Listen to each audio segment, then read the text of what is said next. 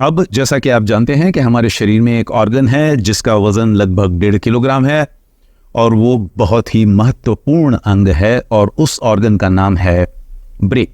लेकिन लगभग इतना ही महत्वपूर्ण एक और अंग है और उसका वजन भी लगभग 1.5 किलोग्राम ही है, लेकिन उसके बारे में अधिकतर लोग ना तो बात करते हैं और न ही उसका कोई विशेष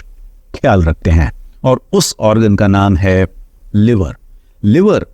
और ब्रेन के बीच में एक और रिश्ता है और वो ये कि लिवर सही समय पर यदि ग्लूकोज बनाकर ब्रेन को सप्लाई ना करे तो आपकी और हमारी मृत्यु कुछ ही मिनटों में हो सकती है। जब भी बॉडी में ग्लूकोज की कमी होती है तो लिवर ग्लाइकोजन स्टोर्स को ब्रेक डाउन करके ग्लूकोज प्रोड्यूस करता है जो कि ब्रेन को सप्लाई किया जाता है।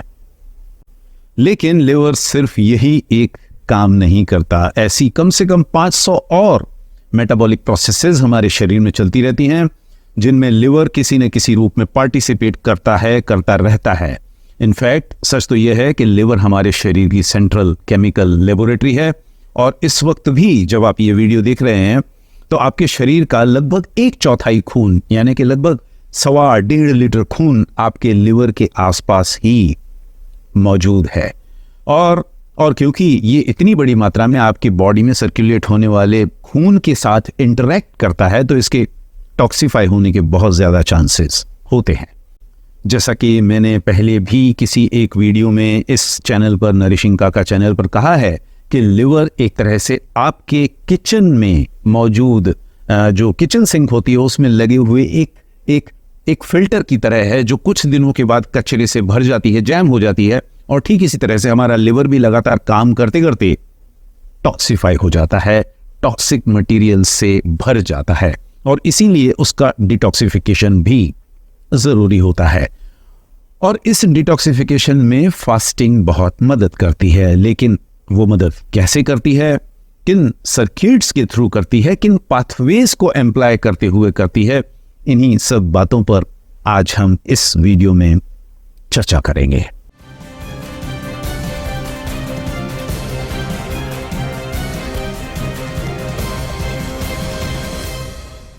उपवास रखने की प्रक्रिया लिवर को डिटॉक्सिफाई करने में सबसे पहला चमत्कार करती है ऑटोफेजी की प्रक्रिया को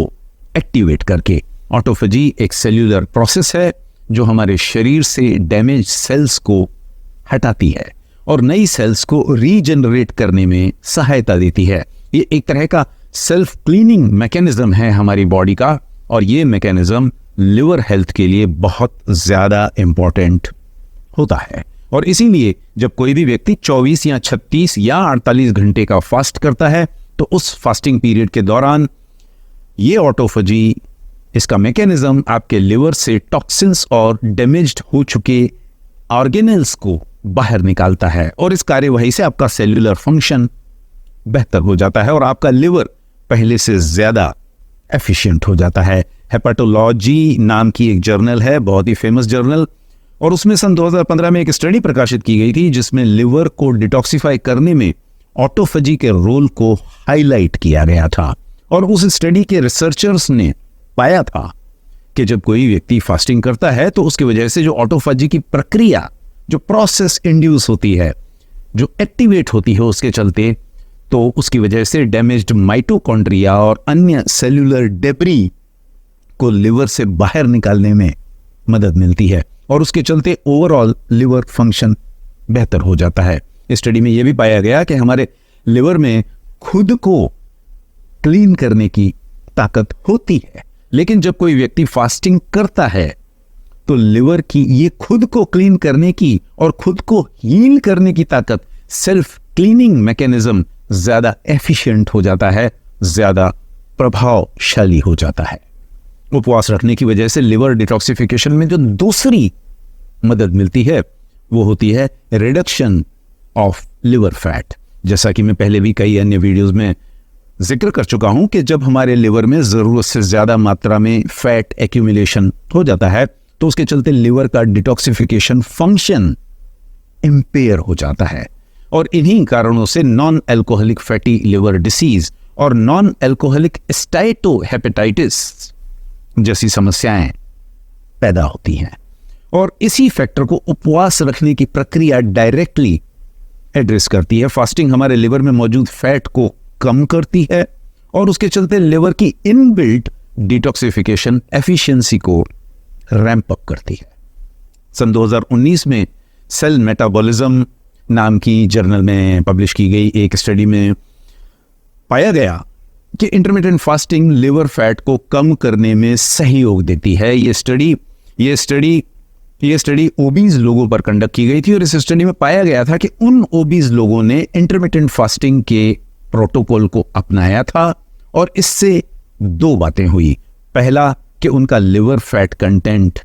कम हो गया और दूसरा कि उनके लिवर एंजाइम लेवल्स में काफी बढ़ोतरी हो गई, जो कि लिवर हेल्थ का एक बहुत ही महत्वपूर्ण बायोमार्कर है। स्टडी में यह भी पाया गया कि जब कोई व्यक्ति रेगुलर बेसिस पर फास्टिंग प्रोटोकॉल को अपने जीवन का हिस्सा बनाए रखता है, तो इससे उसके शरीर में फैट यूटिलाइजेशन रैंप अप हो जाता है और लिवर में मौजूद फैट डिपॉजिट्स की मात्रा में कमी होती है, प्रेसिपिटेशन होता है।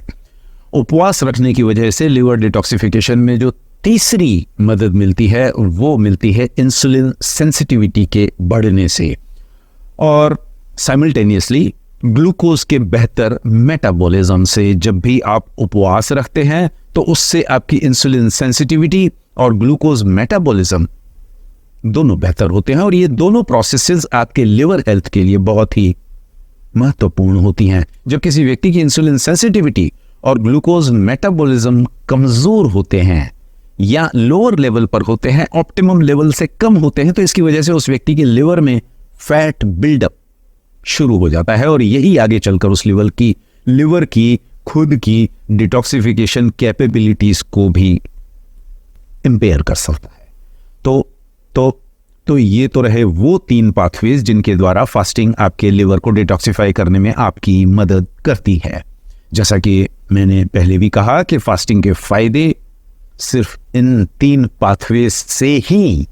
अवेलेबल नहीं होते, अनगिनत पाथवेज के थ्रू अवेलेबल होते हैं। आज की तारीख में पूरी दुनिया के कई बड़े डेवलप्ड कंट्रीज में उपवास पर बहुत ज्यादा रिसर्च हो रही है और उपवास के फायदों के बारे में हमें रोज नई नई बातें सीखने को मिलती हैं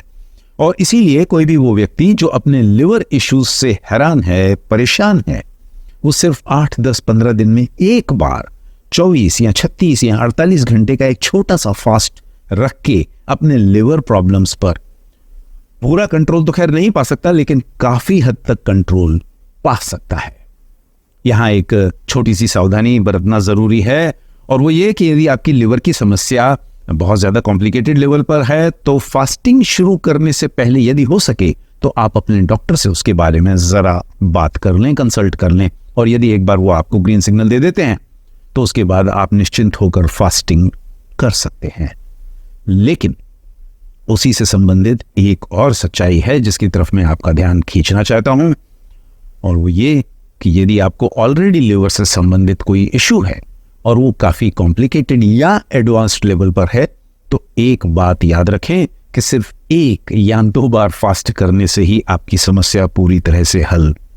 नहीं हो जाएगी। कोई भी क्रॉनिक डिसीज रातों रात पैदा नहीं होती, स्टार्ट नहीं होती और इसीलिए उसका इलाज भी रातों रात नहीं किया जा सकता, कम से कम